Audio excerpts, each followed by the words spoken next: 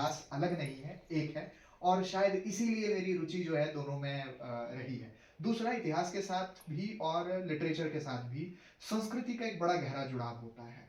जी। कवि जो होता है वो आप कह सकते हैं कि कहते हैं समाज का दर्पण होता है, तो वो समाज के बारे में और समाज की जानकारी, अपने आसपास की संस्कृति और जो उसका सामाजिक परिवेश है, उस परिवेश से ही उसको लिखने की प्रेरणा आती है, उसको लिखने के लिए आइडियाज़ आते हैं। तो इसीलिए और सेम इतिहास में भी संस्कृति का बड़ा एक महत्वपूर्ण रोल होता है, बहुत इम्पैक्ट करता है इतिहास को। तो ये दोनों चीज़ें जुड़ी होती हैं। तो इस जुड़ाव के कारण मैं दोनों के साथ जुड़ा रहा हूँ और यही आप कह सकते हैं कि इसीलिए साहित्य और इतिहास दोनों में मुझे आनंद आता है। वो कहानियाँ ही साहित्य और इतिहास लिखने के लिए प्रेरित करती हैं। जी, जी।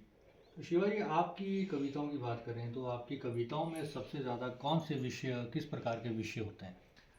अ, देखिए, जब हम कहानी लिखते हैं, उसमें थोड़ा-सा लिखने वाले के पास स्वतंत्रता ये होती है कि वो बैठकर सोच पाता है कि किस विषय पर ज़्यादा फ़ोकस करेगा।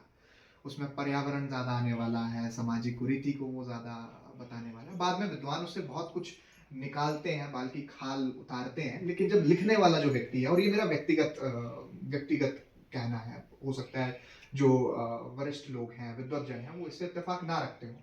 लेकिन जो मेरा मानना है वो ये है कि कहानी में आपको एक स्वतंत्रता रहती है, आप विषय का में गंभीर चित्त वाली हो जाती है। अपने घर पर पहाड़ की गोद में उतावलापन दिखाने वाली अल्हड़ नदियां किराए के मकान में गंभीर चित्त वाली हो जाती हैं। उनकी रफ्तार कुछ कम होती है, उनकी रफ्तार कुछ कम हो जाती है, वे शांत हो जाती हैं। मर्जी से बहने निकली नदियां अनुशासन दिखाने लगती हैं। पत्थरों को तोड़कर भागने वाली पत्थरों को तोड़कर भागने वाली अब रेत को सहलाती हैं, उसमें जीवन बो देती हैं। उस जैसी कई नदियां अपने घर से दूर बहती हैं, अलग अलग परिवेश से आई ऐसी कई नदियां शहर में पहुंचकर एक जैसी हो जाती हैं। कुछ भीड़ में खो जाती हैं, कुछ समाज द्वारा पी ली जाती हैं, कुछ बची हुई नदियां सागर में मिलकर अपना अस्तित्व खो देती हैं। नदी बस अपने घर पहाड़ पर नदी होती है, वहां से निकल जाने के बाद वे सब कुछ होती है, नदी नहीं होती। वे सब कुछ होती है, नदी नहीं होती। बहुत ही शानदार बातचीत रही आपके साथ। आखिर में युवा दर्पण सुन रहे युवाओं के लिए आप क्या संदेश देना चाहेंगे? ये अपने बराबरी और अपने साथ के लोगों को संदेश देना बड़ा जटिल काम होता है, क्योंकि पता चले 10 साल बाद वो संदेश मैं ही फॉलो नहीं कर पा रहा हूँ, तो उनको कहना थोड़ा मुश्किल होता है। लेकिन अगर मुझे कुछ कहना हो या आग्रह करना हो तो मैं ये कहूँगा कि अध्ययन कीजिए।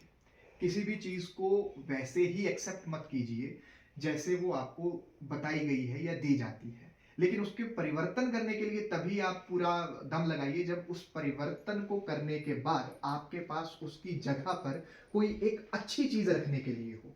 यानी कि आप उस परिवर्तन का हिस्सा बनिए जो उस चीज़ को हटाकर उसकी जगह कोई अच्छी चीज़ रख रहा हो। ऐसा आपको कार्य जो है वो करना चाहिए। उसके लिए आवश्यक है अध्ययन कीजिए, भ्रमण कीजिए, सोशल मीडिया की हर बात को वैसे ही लेना आवश्यक। पहली कविता मुझे याद नहीं है, लेकिन मुझे बड़ा हल्का-सा याद है कि मैं चौथी 5वीं में पढ़ता था, तो एक कहानी लिखने की कोशिश की थी और उसमें मुझे बड़ा हल्का-सा याद है कि खजाना लेकर जो कहानी के पात्र हैं, वो लेकर जा रहे हैं और वो नाव जो है वो डूब जाती है और खजाना जो है वो उसी में डूब जाता है। ऐसी एक कहानी रचने का प्रयास जो था वो मैंने किया था। ये चौथी 5वीं की बात होगी, तो वो ना कहानी मेरे पास आज जीवित बची है, ना ही उसकी स्मृति कोई उस प्रकार से शेष है। जो कविता